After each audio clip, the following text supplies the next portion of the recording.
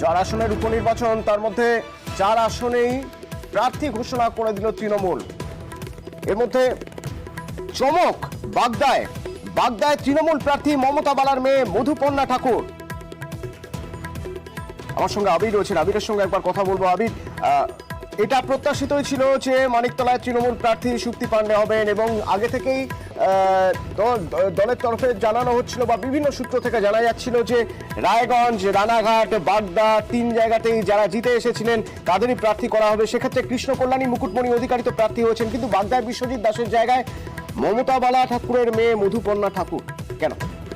দেখো, প্রথমত হচ্ছে তৃণমূল কংগ্রেসের তরফ থেকে প্রথমেই এই যারা প্রার্থী ছিলেন, ওখানকার বিধায়ক যারা ছিলেন, যাদেরকে পরবর্তী সময় লোকসভা নির্বাচনে তৃণমূল কংগ্রেস প্রার্থী করেছিল, তাদের প্রত্যেকের সাথে কথা বলেছিল।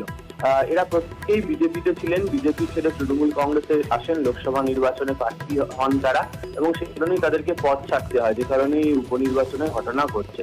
যেটা জানা যাচ্ছে যে বিশ্বজিৎ দাস তিনি আর এই উপনির্বাচনে প্রার্থী হতে চাননি। তাকে দলের শীর্ষ নেতৃত্বের তরফ থেকে যোগাযোগ করা হলেও তিনি দলের শীর্ষ নেতৃত্বকে জানান যে তিনি সংগঠনের কাজে এই মুহূর্তে মন দিতে চান এবং নির্বাচনে যাকেই প্রার্থী করা হবে তিনি তার হয়ে সেখানে লড়াই করবেন।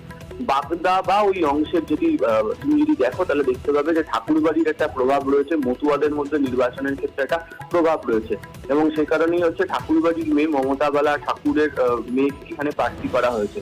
এবং কিছুদিন আগেই শান্তনু ঠাকুরের বিরুদ্ধে এবং শান্তনু ঠাকুরের ভাইয়ের বিরুদ্ধে তুমি জানো যে ঠাকুরবাড়িতে ধর্নাতেও বসেছিলেন মমতা বালা ঠাকুরের মেয়ে। ফলে মতুয়া সম্প্রদায়ের ভোট কাছে টানার একটি চেষ্টা অবশ্যই উপনির্বাচনের ক্ষেত্রে তৃণমূল কংগ্রেস করবে, এবং সেই কারণেই হচ্ছে নতুন মুখকে নিয়ে আসা হয়েছে।